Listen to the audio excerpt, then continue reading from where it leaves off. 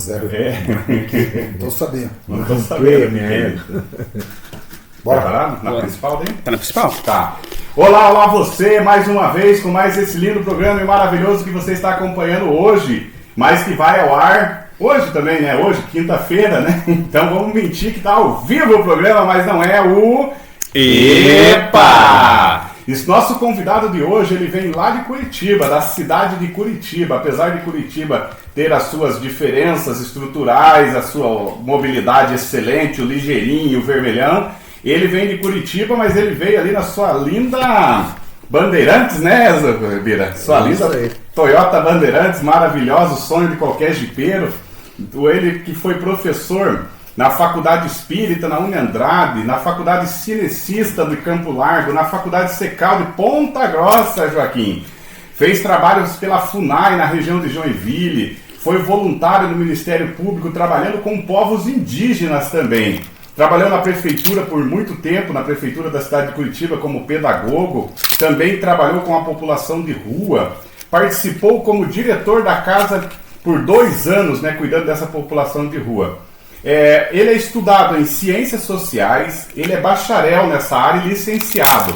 Ele também é licenciado em Pedagogia, ele também tem especialidade em Orientação Educacional pela UFPR, Antropologia, bacharelado na UniAselv, né? Filosofia na Faculdade Única. Especialização de Ciências Sociais e Arqueologia, Ciências Políticas, Sociologia Linguística e várias das áreas de Antropologia. Vou agradecer em primeiro lugar a Cristiane Tereza por ter deixado o maridão vir aqui hoje, né? Liberou ele para estar aqui com a gente hoje. Agradecer ao João Marcos e ao Lucas Gabriel também, porque hoje era o dia de tirar aquela tarde de bolinha de gude junto com os piás na casa. E ele está aqui com a gente hoje, especialistas em porcelana Schmidt também. Especialista dessa área desde 1982 para avaliação de produtos falsos ou originais. Então nós estamos aqui com ele, o professor, mestre Ubirajara Salles Zacoli. Seja bem-vindo, Bira! Seja bem-vindo. Boa tarde, Bira. Muito obrigado por você estar aqui hoje. Uma consideração inicial aqui do ambiente, Bira, do pessoal aqui, dessa incomodação que fez você sair de casa neste sábado. Não, o ambiente aqui é muito bom. O estúdio aqui, impecável. Tem várias coisas que poderia dar até cursos a respeito. Olha só. Agora fiquei emocionado. E tal. Achei bem E legal. Eu fiquei emocionado, até porque você sabe aqui, Rodrigo, põe na câmera principal mesmo que não apareça, que ele sabe que o custo de todo um material daquele ali de fundo, né, uma cristaleira de 1900 e alguma coisa, aquelas panelas de ferro, aquela televisão, aquela coleção de rádios ali, você sabe que aquilo ali é muito mais caro do que uma TV de LED de 32 polegadas, né? São objetos caríssimos, né? E o lampião que teve do outro programa tá ali, né? Tá ali. o lampiãozão. E o cara foi... Eu assisto o programa de vocês. Você assiste? Vai, sim. E daí então, Bira, eu vi aqui no teu currículo que tem uma coisa que, você sabe, a gente não fica pedindo para nenhum convidado, né? Mas assim, especialista em porcelana Schmidt, queria que você desse uma olhada para mim para ver se é original ou se é uma cópia barata essa, porque eu acabei ganhando ela dizendo que era a original de 1981 essa porcelana. 1981. Tá escrito. Tá escrito aqui. Tá escrito aí. Então é pra ser mesmo. Fabricado em Araucária, não, em Campo Largo, isso aí. Porcelana Schmidt, Brasil. É original, então. Do Brasil para o mundo, originalíssimo. Originalíssimo, isso né? vale pelo menos uns R$500. A peça ou o A conjunto? A peça. Então quero mostrar para o telespectador aqui que eu fui premiado, né, com essa porcelana Schmidt.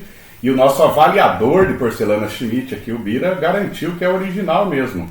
Então tá aqui, ó, muito bacana. Obrigado, Bira, pela avaliação, porque você sabe que pagar um perito hoje para avaliar é caro. Então você veio aqui no programa hoje, agradeço essa... A flor, essa flor. Tá no LX, com certeza, bicho. Provavelmente. E a rosa do Argos ali, a flor, rosa né? minha, você acha que é uma rosa boa? Boa, também? tá bem pintada assim ou Tá não? bem pintado. Tá meio desbotada já, né? Com o tempo. Acho que tá gasto uso, com o tempo, gasto, né? uso, né? Já Faz, até porque nós estamos falando de um produto de 1981, né? Exatamente. Porcelana, eu quando eu ganhei, Bira, vou te falar a verdade, eu li aqui, aqui tá Schmidite. Eu não sabia, daí o cara falava, não, a boa é a Schmidt. E eu falava, eu tenho uma Schmidite. Eu não sabia, né, cara? Então, essas coisas que vêm aí de línguas diferentes, Diferente. né? Mas, Bira, fique à vontade, vamos começar aqui. Nós temos aqui o nosso amigo Joca, então, né? Tá aqui, vai dar suas considerações iniciais também. Porra, eu que coloquei pipoca na boca, pô. Por isso mesmo, Não, pra parar de comer um pouco, pelo amor de Deus. Você viu que desde a hora que você chegou, Bira, ele não para de comer? Ele tá comendo, ele come bem. Eu sou comedor, né? Comedor, Joaquim é comedor. Mas, porra, Bira, a gente fica lisonjeado com a tua presença aqui no nosso programa, né? E o Argão começou a te apresentar ali, eu acho que um currículo extenso, né? Que a gente sabe que num país que não valoriza tanto, né, a ciência, ainda mais a parte que é ligada às ciências humanas, né? Não é fácil, né, de ter um currículo tão vasto quanto o seu, né? E com certeza a gente vai aprender muito com você. Seja bem-vindo e a gente quer que você fique bem à vontade aí para preencher os meninos ali com toda a tua sabedoria, né? Rodrigo. Opa, quero agradecer aí, né, a presença do Bira aí por ter aceitado esse convite de participar do nosso podcast aqui, né? E eu espero que vai ser uma tarde muito prazerosa, né? O senhor que tem bastante conhecimento, o seu currículo é um currículo, né, bem comprido, extenso, né? O cara que vai ter várias histórias legais para contar pra gente aí, né? Isso Com certeza. Com certeza, Bira. Você sabe que o que mais a gente gosta mesmo é de histórias, né? Uhum. Então a gente é ligado numa história aqui que é em 220, né? E pelo que a gente andou olhando aqui um pouco da presença do teu currículo, muito bacana aqui, esse trabalho que você prestou com os nossos povos originários, né? Aqui do país, né? Você esteve ali em Joinville e trabalhou ali com essa questão da FUNAI. Isso é muito importante de ressaltar para todo mundo que acompanha o programa, né? Essa importância dessa valorização dessa cultura, né? Que são momentos que trazem para a gente conhecimento, mexem com a imaginação, né? Eu, por exemplo, me mexe muito com a imaginação a gente falar de povos indígenas, né? Porque os indígenas, eles estavam aqui, eles viviam, eles sobreviviam aqui e como a gente diz assim, e por séculos eles estavam bem aqui, né? Não é a chegada do branco, do europeu, ou até mesmo aquela miscigenação que vem acontecer também com o afro-brasileiro hoje, que vai fazer com que ele exista ou não. Ele existia sem essa presença, né? Certo, ele existia mesmo. E a gente tem assim, um contato muito estreito com esse povo, né? Eu trabalhei lá com a FUNAI e tudo mais, e hoje eu estou fazendo um outro mestrado, né, de antropologia, porque resolvi entrar na pira da antropologia. O pessoal fala assim, Bira, mas por que você já tem mestrado, por que você não vai para o doutorado de antropologia? Falei, não, porque eu fiz ciências sociais, eu fiz o bacharelado em antropologia, quero fazer o mestrado e quero fazer o doutorado e pós-doutorado. Se eu não morrer antes, eu acho que eu vou viver uns 100 e tantos, e com tudo funcionando bem. Certo. Claro. Já funcionam algumas coisas. Tá funcionando tudo bem, isso aí. A memória, né? A memória, sim, né? O principal, né? A memória, tá? A coordenação fina, a coordenação grossa ali, para você poder, né? Tatear o que há de melhor nesse planeta, né? Coordenação grossa, não sei. Não posso fazer uma pergunta? Claro. Bira, sobre o viés antropológico, você conseguiria explicar, né, para a gente, para o pessoal que acompanha nosso podcast aí, a diferença entre, né, o termo índio, indígena e povos originários? Na verdade, o termo indígena vem lá, como vocês estudaram história, né, vocês sabem disso, né? Que acreditavam que estavam procurando um caminho para as Índias, chegaram aqui e deram o nome, nós estamos nas Índias, índios, né? Isso é grosso modo, né? Mas existem pesquisa, é um negocinho que grudou na boca. O Joaquim sempre vem com coisinha de manga, com as manguinhas espada na boca também, ele gosta. Mas daí A manguinha espada é boa, né? Ela é o duro da manguinha espada. Tem umas coisas que fiapo, que você chupa, que tem fiapo, né? Kiwi também, né? Kiwi também, kiwi peludinho também, né? Kiwi eu não posso, porque kiwi dá uma alergia aqui, que Deus livre. Mas vamos voltar. Vamos voltar no indígena então, né? Então, só que daí tem um peso preconceituoso, né? Contra a palavra índio, né? Embora nós, nas internas com os próprios indígenas, nós falamos índio. Porque eles Ainda falam, se mantém. Sim, isso se mantém. Eles também falam, né? Mas nós índios estamos assim. Eles falam um português meio caipirado, né? Certo. Então é aquela coisa de...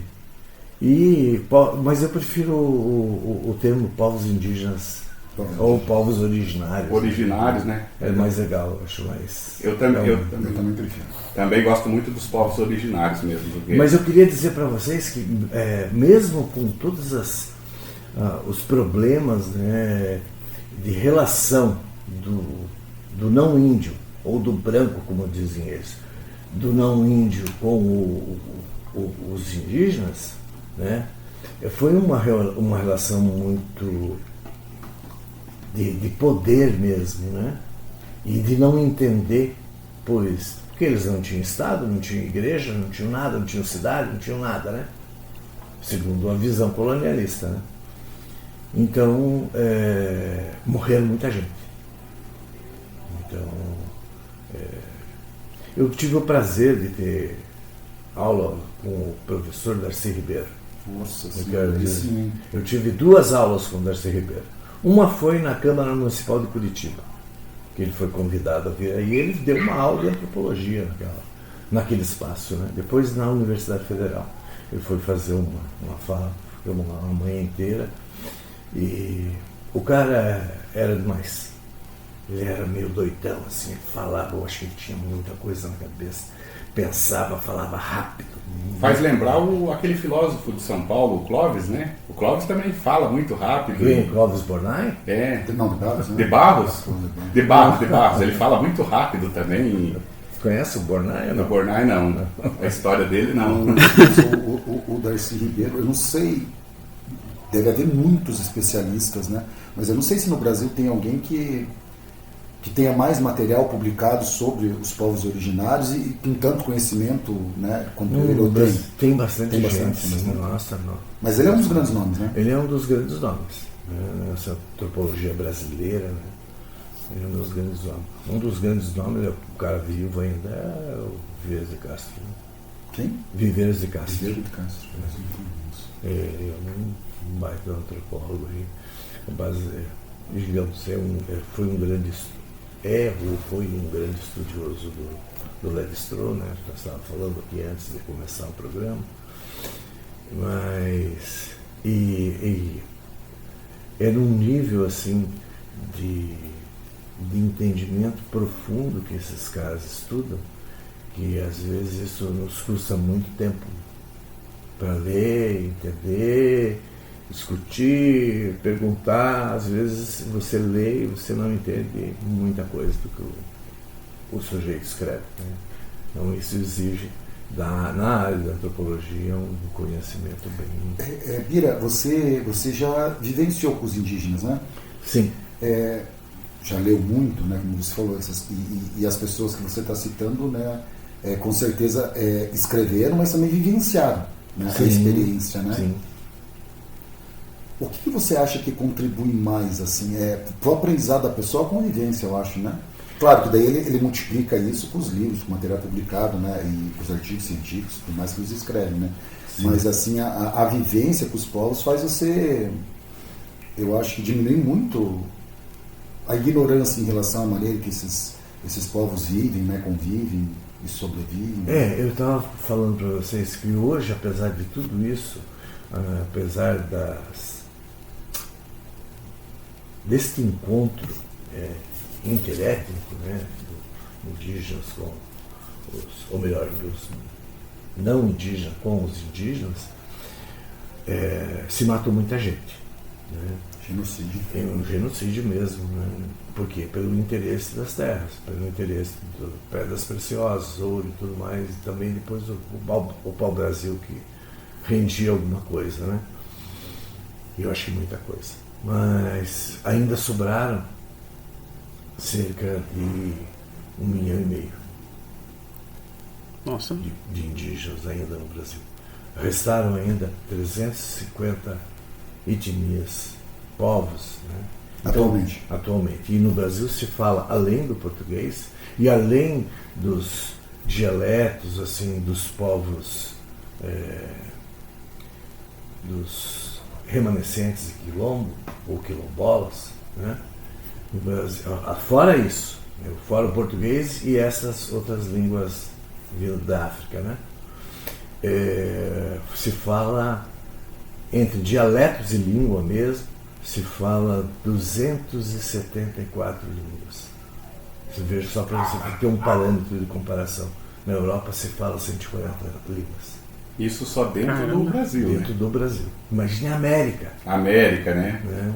Olha, que legal essa informação. É uma pluralidade muito grande, né? Então, a língua é uma coisa assim muito forte e eles pensam de forma diferente da gente.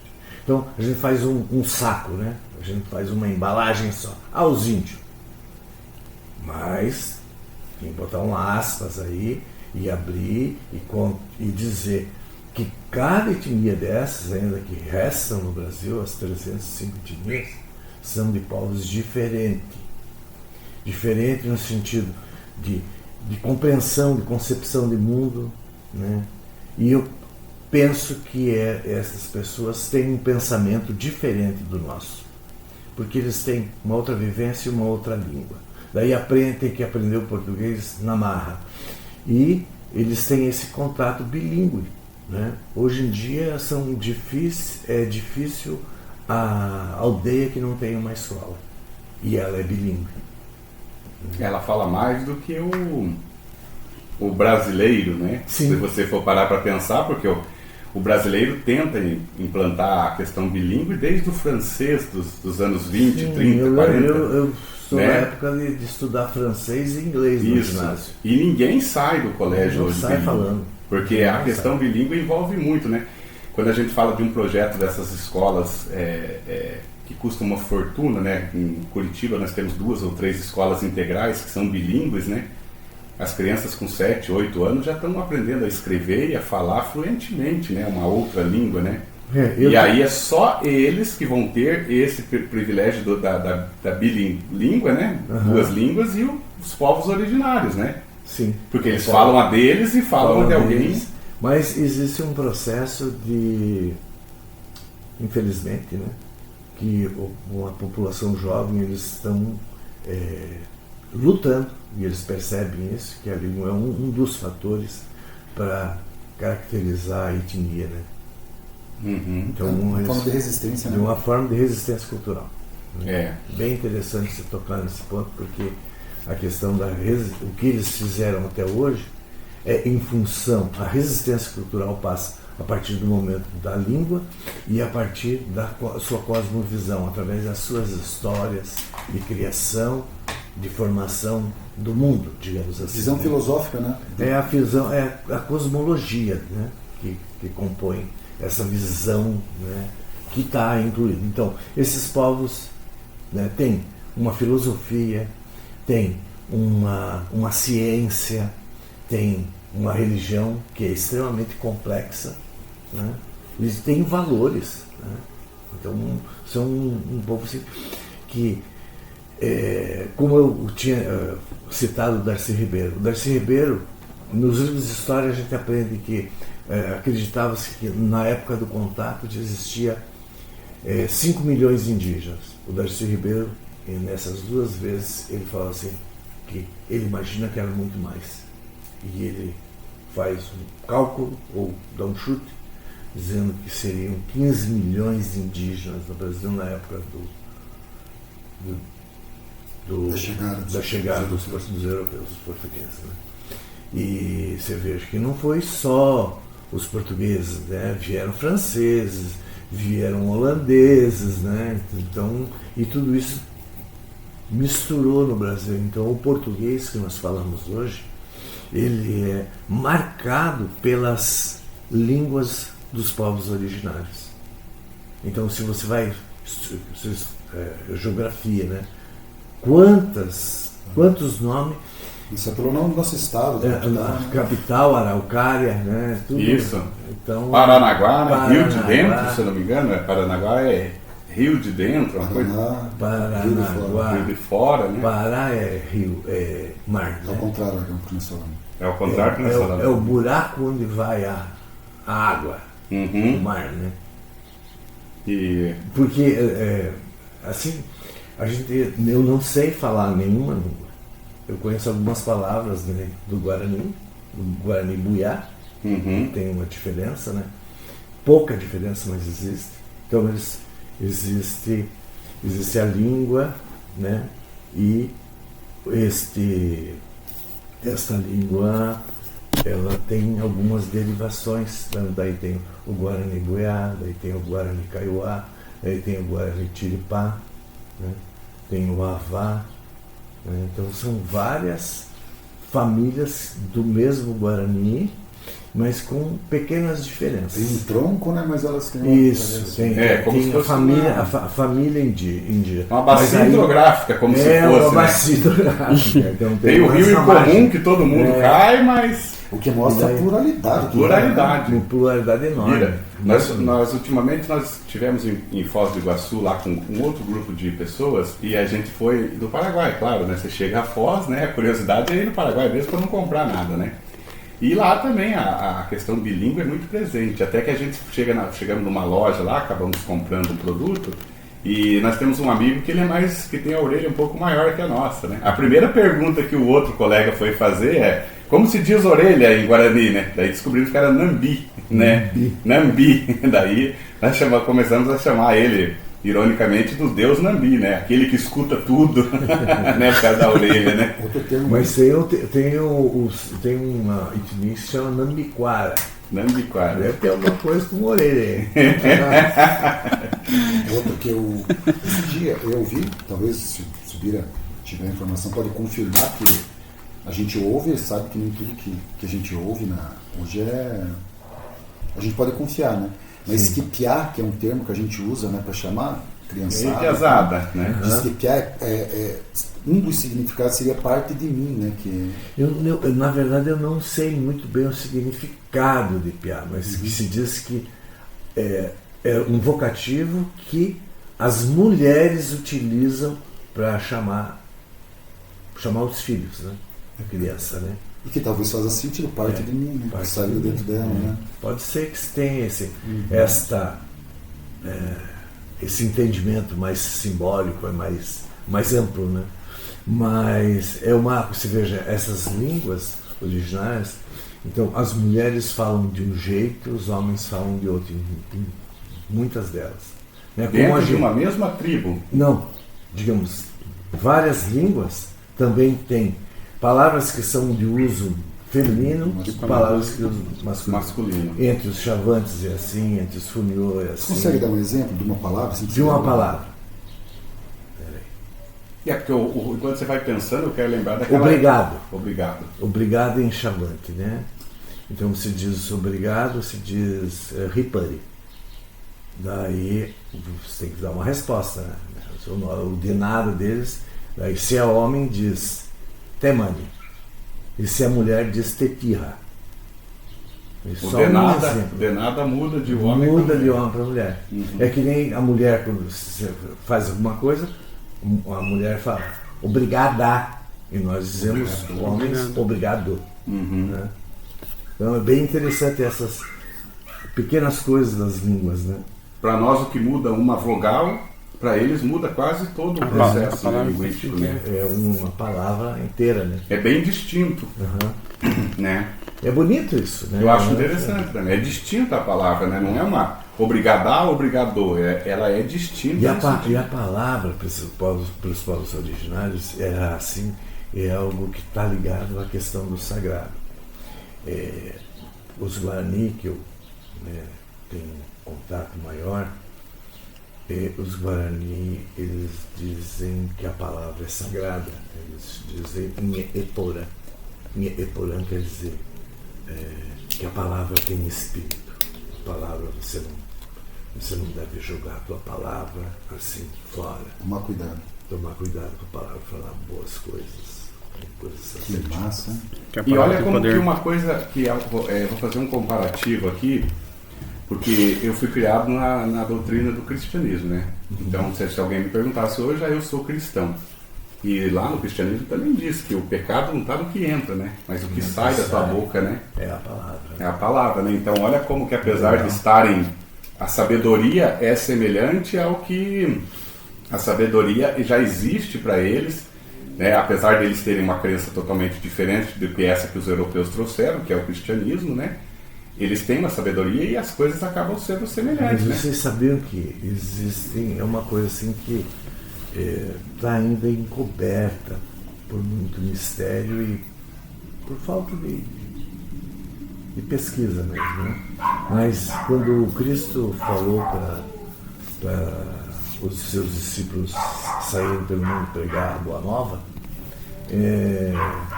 dizem que cada um dos discípulos foi para uma parte do mundo. E diz que para o Brasil veio um cara chamado Tomé. Até aquela cidade Tomé das Letras, lá que tem umas inscrições na rocha que eu não conheço, não fui ainda para lá. Dizem que... E existe uma lenda que fala a lenda do pai Zumé. Zumé, Tomé, é parecido. É só uma questão de dicção, né? Como o chinês vem aqui, tlinta, né? Tlinta, né? Flango, né? Flango, daí pode ser uma Pastel de questão flango. da relação entre eles, né? Eu tinha uma coisa assim, né? Supõe-se que é uma lenda, é digamos, um mito, né? Que pode ser que tenha uma relação aí. E trouxe alguns ensinamentos, né? Então, talvez... É interessante, né, como essa mistura, essa imposição, né? E eu faço essa colocação porque até esses dias a gente estava falando, eu e o Rodrigo trabalhamos num lugar, estava lá um outro profissional que trabalha com a gente, e ele comentou lá, Rodrigo, você lembra que o filho dele está começando a escutar Legião, né? Ah, verdade. Quantos anos está teu filho? Ele está com 14 anos, está começando a escutar Legião, Engenheiros do Havaí. E aí me fez retomar agora, nessa troca de ideias com você, a questão do Legião Urbana. Quando ele fala na música Índios, ele deixa uma coisa assim que é muito interessante, né? Que quando ele chega, eles querem que o índio acredite como que um só Deus, ao mesmo tempo, é três. O Renato Russo tem uma escrita assim no índio, né? Meu pai e filho. Sim. E aí, mas os índios tinham o Deus do Sol, o Deus da Lua e o Deus de alguma coisa, da fertilidade, da prosperidade. E o cristianismo chega e fala, não tem três deuses, é um só. E aí o índio fica se perguntando, né? Os guaranis tem mais, tem o Deus, o Nhanderu, Nhanderu, tá, Nhanderu até Papá Tenondé, o nosso pai primeiro e verdadeiro. Uhum. Então ele teve filhos. Sim, mais ou menos. Cada filho desses tinha mulher. Era um casal. Então, é interessante essa outra visão, né? E essa visão não se estende só aos povos daqui, né? Na Índia, por exemplo, né, também existe essa questão de um Deus, que é se eu não me engano, o Brahman, não? Como é que é? Brahma, que daí dele saem os outros deuses, né? Mas tem, por exemplo, existe uma trindade também. Uhum. Né? Entre os indianos, né? Então é Brahma, Vishnu e Shiva. Então é uma trindade que Brahma está constantemente criando, Shiva está constantemente destruindo e Vishnu é o mantenedor da vida, aquele que mantém. Então esse que está só destruindo, qual que você falou? Shiva. O Shiva está meio devagar, né? Porque a Índia agora passou a China, né? Não passou, Joaquim, geograficamente, agora em população, né? Então o que está destruindo está meio preguiçosão lá, que está deixando... Mas a religiosidade dos povos originários é tão plural quanto a quantidade de povos, né? Nossa. Outro dia eu estava vendo... Eu fui batizado entre os Guarani. Olha que bacana. Entre os Goiarani. Aqui no Paraná mesmo? Aqui no Paraná. Como que funciona o batismo? Não sei se você pode falar, né? Posso até por cima, se dá para falar. Tem uma aldeia aqui em Piraquara, a aldeia Araçaí.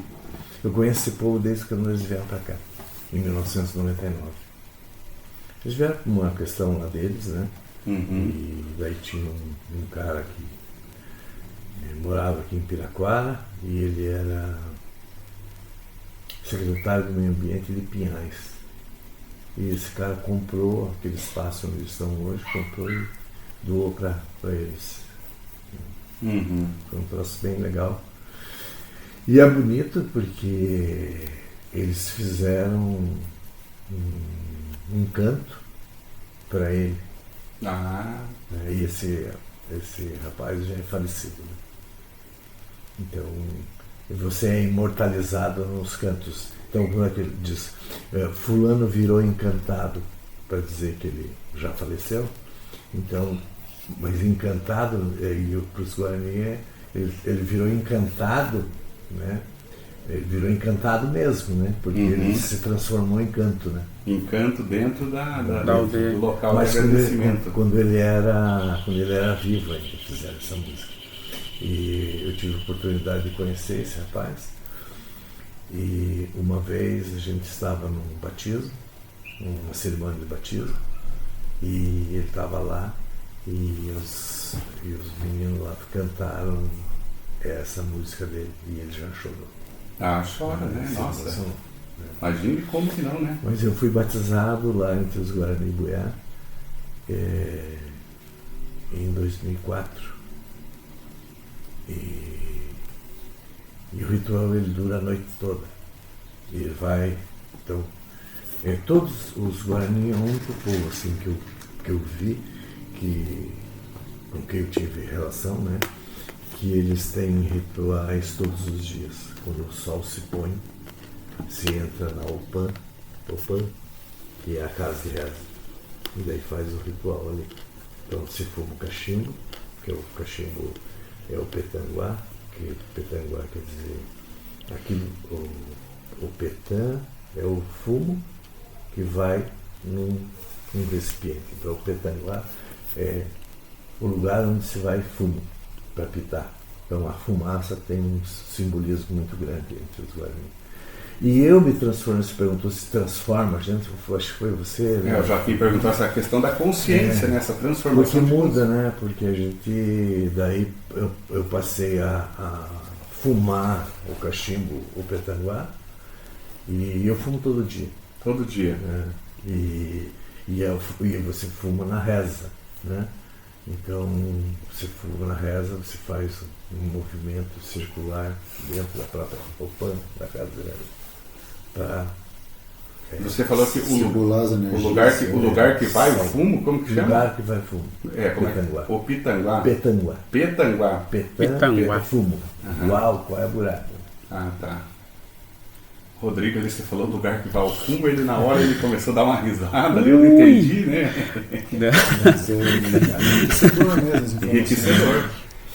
O que transforma é assim, eu falo, Bira, que às vezes a pessoa tem conhecimento.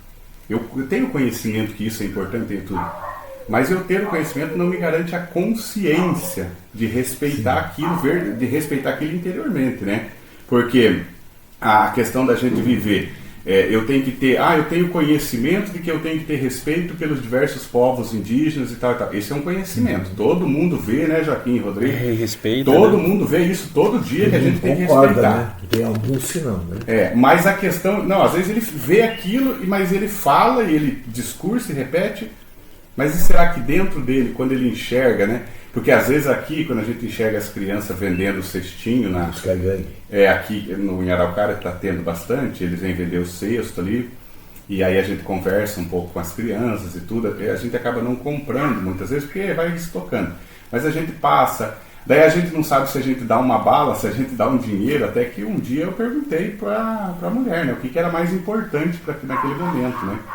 Daí ela falou assim, para nós o mais importante é a alimentação nesse momento. Então eu falei para ela, só que eu não sei o que é isso aqui que eu posso trazer de alimentação.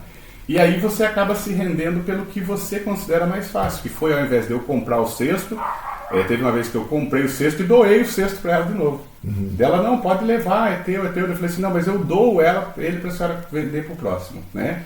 Sim. Então aí, e tem gente que às vezes passa aqui, não, ele acha que é dando um doce para aquela criança, que é dando uma moedinha e batendo na mãozinha, né? Comprar o artesanato, né? Ele tem um sentido... Pelo trabalho, né? Pelo então, trabalho, e é difícil mesmo fazer aquilo lá. Então naquele dia... Aquelas tramas, preparar o bambu... Conhecimento. Conhecimento. Um E conhecimento... tem um conhecimento, um raciocínio matemático também. Existem nas tramas e urdiduras para fazer o cesto. Olha só. Bem legal. Um sentido matemático. Esses dias eu falei a questão do cesto, ela é muito semelhante a quem faz crochê, né? Você já viu, Sim, né? O crochê também é espetacular, porque a pessoa vai escrever teu nome, ela troca a cor da linha na hora certa, depois destroca a cor da linha, né?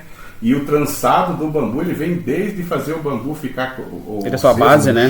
Fez a base ali e vai fazendo tudo. A curvatura, né? Depois vai fechando em cima, tampa. Então eu também acho o artesanato, eu acho de extrema importância, e acho uma pena estar acabando, né? Eles ficam produzindo e com isso eles mantêm a cultura viva, material. Mais uma maneira de resistência. Mais uma maneira de resistência. E as cores também, porque tem alguns cestos que vêm com os desenhos, né? Eles conseguem, fica bem, nossa, bom. Entre os Kaigang, eles são um povo que é dividido em 2 clãs, o Kairu e Kamé. Então eles retratam os símbolos, os riscos e a bolinha, né? Então eu não lembro qual que é o Kairu e Kamé, né? Então eu sei que é.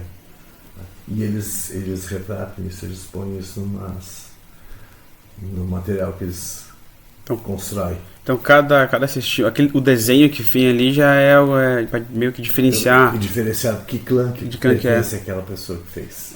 Que legal. Bira, ano passado, não sei se, né, não deve ser mito que os livros retratam isso, né? Como havia essa pluralidade grande, né, de etnias, né? Havia muito conflito entre eles, né? E hoje em dia, tipo, esses povos ainda se vê, não, claro que não são conflitos como naquela época, mas esses povos ainda, existe uma rivalidade entre eles, assim? Ou mais uma autoajuda hoje devido à situação? Não, hoje eu acredito que existe um movimento indígena que está se unificando. Que bacana. Estão se unindo, então. Oi? Estão Sim, se unindo. Estão se unindo. Então, e todo ano, não vou lembrar a data, todo ano eles se reúnem em Brasília, é o acampamento Terra Livre, e eles fazem uma manifestação, ficam uma semana fazendo cantos, dança, e é de arrepiar, né? Eu não participei de nenhum acampamento desse, não tive oportunidade de ir, mas também eu acho que eu já não estou com muita idade, né? Mas dá pra ir, dá tempo ainda. Para quem vai viver até 100 e pouco. Mas eu acho que eu vou para ainda tá jovem, né? Eu vou dormir num hotel. Entendi, na hora da noite daí. Entendi, não, é válido, né? O importante é estar lá no momento. Até porque recentemente quem foi acampar lá e dormiu no hotel levou sorte, né? Levou sorte, quem ficou no acampamento. Não é recomendado ficar em acampamento em Brasília, né? Então. Não. E aí a questão vem assim, né, Bira? O importante é estar lá, como no ditado popular lá da minha cidadezinha, pequenininha, o importante é você estar lá na hora que o pau torar. Depois que acalmar tudo, não importa onde você vai dormir, né? E aí, é a hora que vai, né, dar aquela adrenalina, né, como... Até eu tava com o Joaquim, nós conversamos esses dias, foi Dia dos Pais, e o filho do Joaquim esteve aqui com a gente participando, né? E ele falou, ganhei o presente do Dia dos Pais, que, né, Joaquim, foi no jogo do time do coração dos dois, que é o Coxa, né? E aí ele falou assim, então o importante é a adrenalina do momento. O Joaquim foi lá, ele andava meio triste, que o Coxa anda entristecendo a torcida, né? Mas o importante foi a adrenalina lá, né, Joaquim? A memória afetiva. A memória afetiva que você se cria, quando a gente fala dos povos indígenas, aquele bater do tambor deles, né, aquele negócio ali ao vivo, aquilo dá um arrepio na gente. Até porque contando para você que eu fui criado do lado dessa cidade, né, de São Jerônimo da Serra, e nós já fizemos a visita, né? né, nessas tribos indígenas, e você chega lá, o tambor, quando se bate, eles dançando naquele compasso, porque no show da Xuxa eram os Rio-Quendenses dançando no passinho, todo mundo achava bonito, né? E eram 4, 5 na época que eu era jovem. Mas lá no espaço deles, na terra deles, eram 50 dançando igual. Né? Então a gente ficava emocionado. E... Eu até quero fazer um convite para vocês. Quando os Funiô estiverem aqui, de novo em Curitiba, eles ficam na minha casa. Uhum. Então os Funiô é um povo também do Nordeste, né? É um povo que fala uma outra língua, não é do tronco Tupi-Guarani, eles são Bacrugê, bem antigo, né? E os Funiô só existem no aldeia, que é em Águas Belas, no Agreste Pernambucano. Então eles vêm todo ano para cá, e faz mais de 25 anos que eu conheço eles. Tem internet boa em casa, Bira? Mais ou menos. Agora tem uma internet lá que eu tenho, que é a DSL. Aham. Tinha uma satélite. Um programa ao vivo com eles. Né? Mas se a gente não puder fazer um programa ao vivo, tem um espaço que a gente pode montar isso daqui lá, né? A gente pode fazer também, se não der para fazer ao vivo. Será uma honra, gente. E o Toê canta, é um cara que é um músico, compõe música em português e na língua no IAT. Olha que legal. Bem massa. Deixa eu queria perguntar se a gente fala das guerras, ali, da luta entre eles. Como é que funciona a parte de liderança dentro das aldeias ali? Uma vez quando eu viajei com o pajé Marangadiu, aqui da aldeia de Piraquá. Marangadiu. Não. Aquele que sabe as coisas de Deus. Marangadiu. Marangadiu. E perguntei para ele como é que era escolhido, como é que uma pessoa se tornava cacique ou pajé. Isso, aqui sempre tive essa coisa da... Daí eles demoram assim para falar as coisas pra gente, né? Tem assim um certo... Eu sei... Ele passa de pai para filho ou não? Né? Ele quer saber. Ele não vai abrir das coisas assim. Ele foi assim bem reservado, eram as palavras que eu queria achar. Uhum. Ele falou assim, o cacique ele é escolhido pela comunidade. Uhum. E o pajé... O pajé é divino. O pajé, ele ficou assim... Eu me adiantei, como você fez. O pajé é escolhido pelos espíritos, né? Que legal. Então, ele tem uma conotação espiritual aí, né? Uhum. É o pajé que cura, né? É o pajé que traz a... Claro que nem tudo que a gente lê também. Sim, eu acho que o grande problema, às vezes, pode ser que eu esteja errado, se eu estiver errado, você me corrige, é que quando a gente vai analisar, né, essas questões, seja qualquer aspecto cultural, né, e a religião também, é aquela ideia que você falou no começo, que a gente meio que generaliza, né? E às vezes, né... E mesmo assim, por exemplo, entre os Guarani, a figura do pajé, aquele que é especialista nisso, né? Com os Guarani não funciona muito. Então eles não dizem, eles não têm esse termo pajé.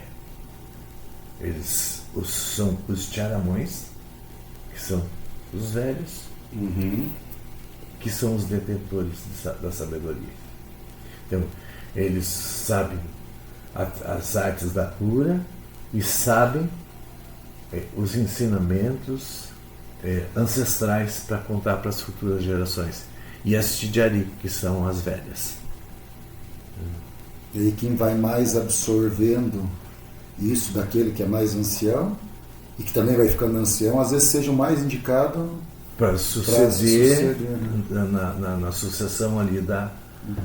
porque digamos, para se tornar o futuro pajé, assim, digamos. Então, nesse material que eu li, que eu também não sei, né, de que tribo que era, mas lá estava generalizando, assim, que era mais ou menos nessa linha, que o pajé ia preparando o próprio substituto, né, e que geralmente era alguém mais vivido dentro da... Na verdade, isso aí tem uma outra conotação com a questão do batismo. né? Quando você é batizado, você recebe um nome indígena, né? Você recebe um nome Guarani, vamos falar dos Guarani. Então você recebe um nome Guarani, e esse nome que lhe é dado num ritual exclusivamente para isso, para nominar as pessoas. Então, os Guarani acreditam nas almas nome, né? E é por volta das 3 horas da manhã, quando o ambá está, depois que acenderam as velhinhas no... Estou falando bastante detalhe. Isso é bom, isso é bom. O detalhe é bom, mas tem que ser dentro dos limites, né? Do que você pode falar. Do que existe lá, né? Do que daí pode sair para... A pessoa... vamos falar pajé, mas aspas para nós aqui, né? O Tiamõe, que está conduzindo o ritual, ali por 3 da manhã, ele começa a dar os nomes, né?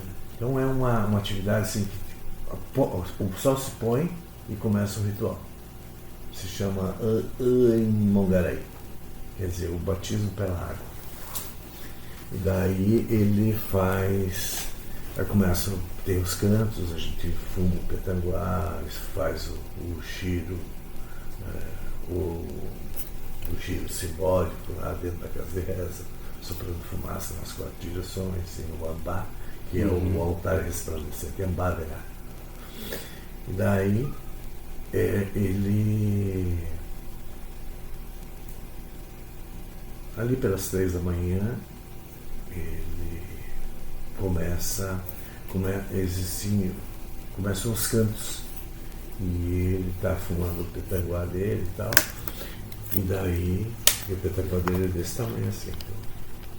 Igual do Rodrigo. Petanguazão mesmo. Você tem um Não, Petanguá do Rodrigo. Cachimbão mesmo, bicho. Daí ele sabe de que região do céu a alma nome veio para descer, e ele sabe qual é o seu nome, e ele canta o seu nome.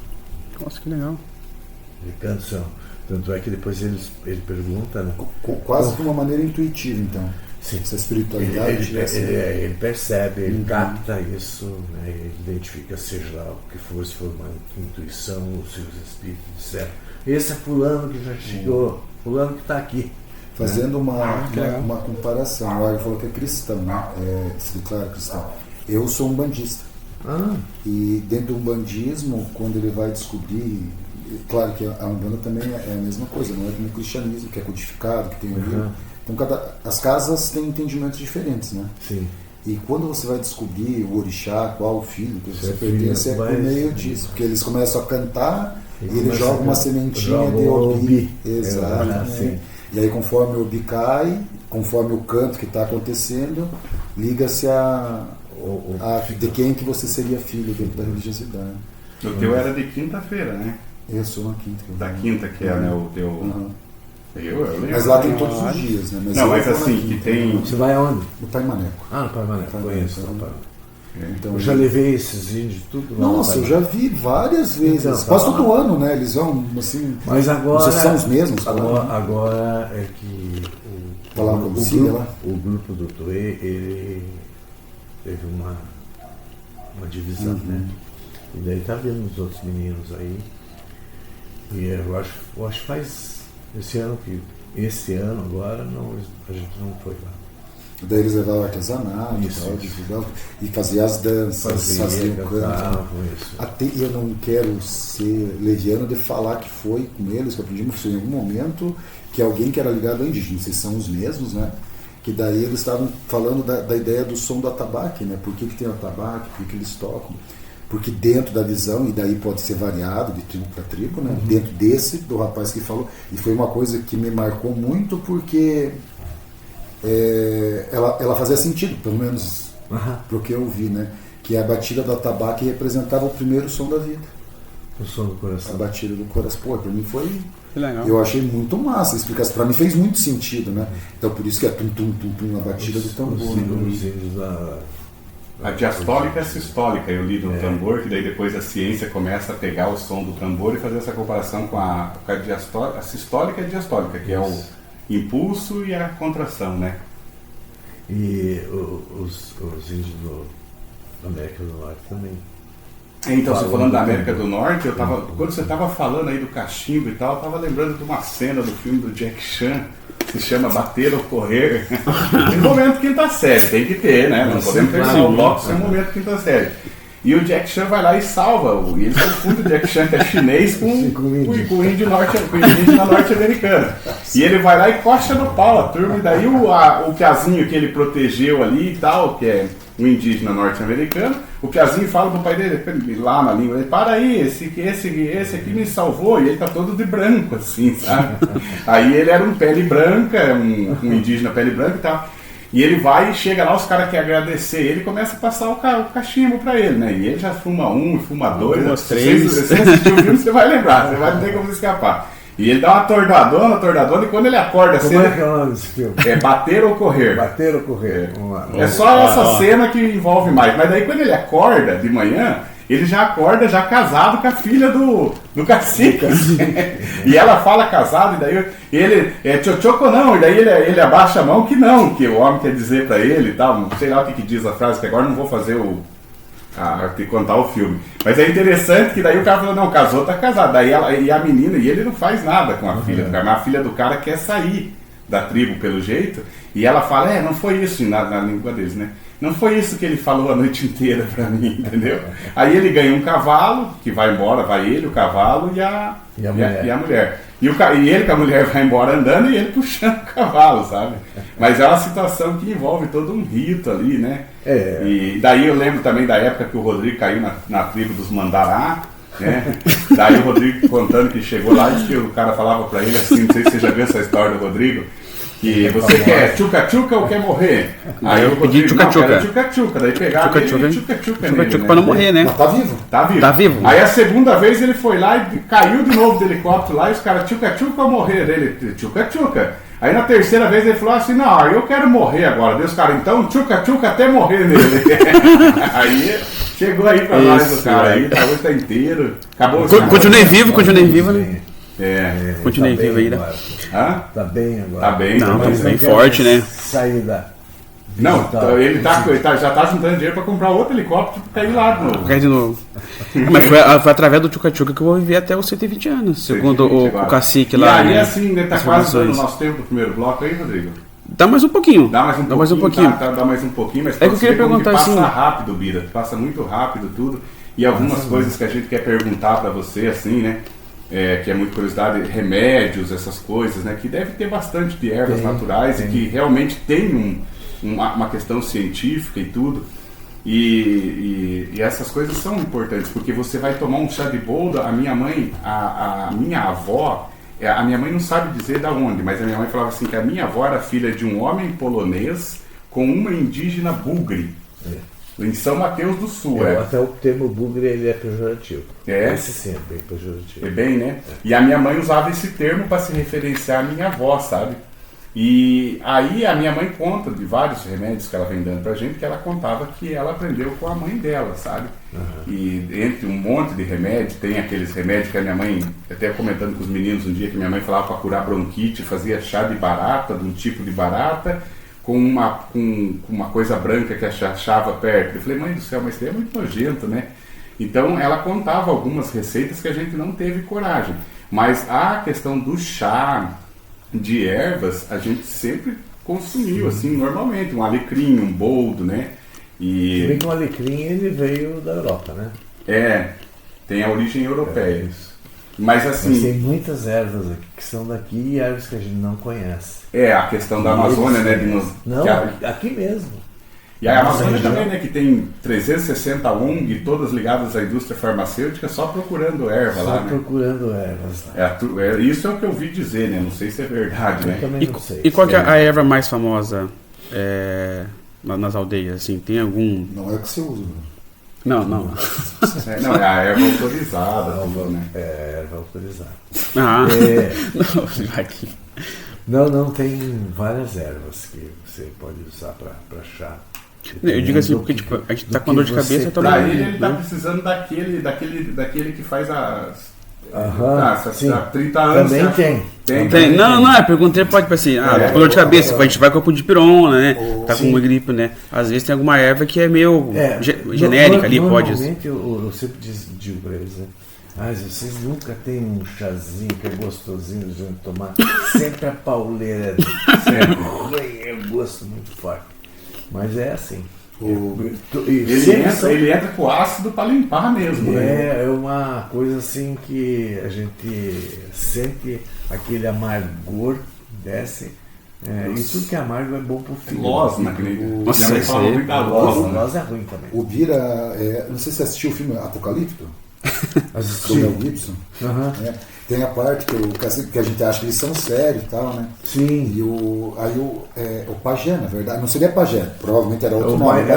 o mais velho. Exato. E ele que cuidava, daí tinha um guerreiro que era o mais forte deles, recém-casado e tal, e ele queria ter filho. Daí ele perguntou uma erva para que ele pudesse engravidar. Aquela cena de matar, né?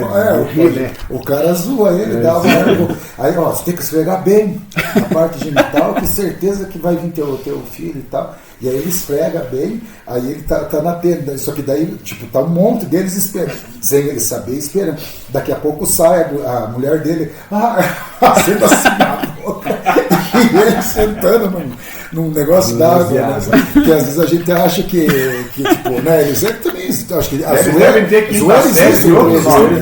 Claro. Eles devem ter assim o espírito quinta série, que é com outro nome lá, né? Nós que temos o espírito quinta série. E para eles reconhecerem aquela erva, né, aquela folha e tal, utilizável, não, você tá falando aí da folha ali, né? Como é que você faz para poder reconhecer ele? Eles cheiram, pegam, comem, mastigam, né? Por exemplo, entre os Guarani, eles têm um ritual chamado Ritual do Caá. E que todo mundo que não conhece, eles falam que o chimarrão é gaúcho. Não, o chimarrão é Guarani. Olha aí. Então, e eu já pude participar de vários. Desculpa interromper, e a principal reserva natural de chimarrão era paranaense, né? Até que na Guerra do Paraguai, quem foi favorecido foi o Paraná, né? Entre as araucárias, né? Nascia, a erva mate nasce naturalmente, né? Como é que se chama? Não, natural. Por exemplo, lá na aldeia, perto de Piraquara, em Piraquara, lá é já Serra do Mar, né? Então Mata Atlântica, tudo. E a erva mate que encontra-se lá é nativa, né? Que legal. E daí eu fiquei muito curioso porque eu participei desse ritual, eu fui buscar a erva com os meninos, né? E eu falei, mas como é que você sabe que isso daqui é erva mate? Eu olho para a árvore e sei que é erva mate. Olha só. Só que a convicção do olhar, né? A habilidade, né? Conhecimento, é saber mesmo, porque daí eles no olhar, né? E é uma erva mate que o tronco é desse tamanho, caramba, enorme. Eu perguntei porque o Joaquim também tem uma boa habilidade. Ele reconhece ali as madeiras, a árvore, né? Só pelo cheiro. Ele chega pelo cheiro.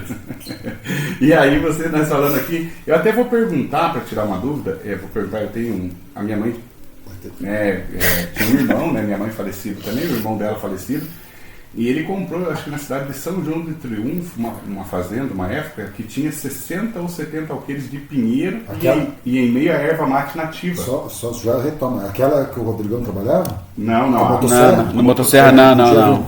Ele queria cortar. O Rodrigo sempre era assim, trabalhava com a motosserra, não podia ver não, viu um pau, tá o Rodrigo, a primeira vez que pegou motosserra, mas deixa eu terminar o da erva mate, nós já estamos com TDAH aqui, né? Sim. E aí eu vou até confirmar com o meu primo, mas se eu não me engano, a erva mate deles, uma época. Não, esse é o Diogão. É do Diogo, da Ione, da Carolina e da tia Denise lá agora. Ele me falou que a erva mate dele, uma época, era vendido, vamos dizer, uma vez que eu falei com ele, ele falou, Argão, A erva mate normal é vendida a R$ 2,30 o quilo, essa minha eu estou vendendo a quase R$4, porque ela é nativa, ela é gourmet, e eles faziam um corte escalonado, tá? E é muito legal isso de ressaltar, porque era nativa, e o sonho do meu tio... Porque a erva você corta e ela brota de novo. Ela brota de novo. E o sonho do meu tio era ter essa erva, sabe? E ele teve lá, deixou de herança até para a esposa, para os filhos, né? Eles estão ali. E aí essa erva dele é muito requisitada, só que parece que, se eu não me engano, ele corta a cada 2 anos, ele tem que cortar, para ele não judiar, né?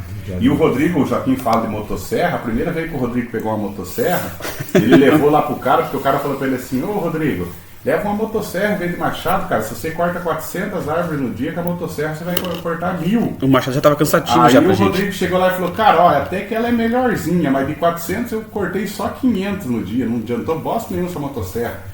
E o cara falou: ué, mas o que será que aconteceu? Daí o cara ligou, ela acelerou, deu o Rodrigo: ué, mas tem que ligar? Eu tava cortando serrando. Não sabia que tinha que ligar, né? Foi só na serra, né? Eu não sabia que tinha que ligar, eu achava que era que nem serrote. Falando nisso, vamos tomar o café? Vamos tomar um café? Vamos lá. Vamos lá. Então, para você que está acompanhando aí o nosso EPA desta quinta-feira, hoje, quinta, então, vai ao ar a primeira edição, mas na terça-feira que vem acompanhe o segundo bloco com o nosso convidado aí, o Bira, né? Estamos trabalhando aí várias questões e o segundo bloco vai ser ainda mais divertido e mais informativo do que esse. Então não deixe de acompanhar, marcar a sinetinha, passar para o amigo ou para o inimigo, porque o Joaquim sempre recomenda isso, porque o que tem que crescer lá no YouTube é o nosso... Epa! Vou fazer um café ali. Rodrigo, faz o teste, mas você vai ter que equalizar o microfone dele.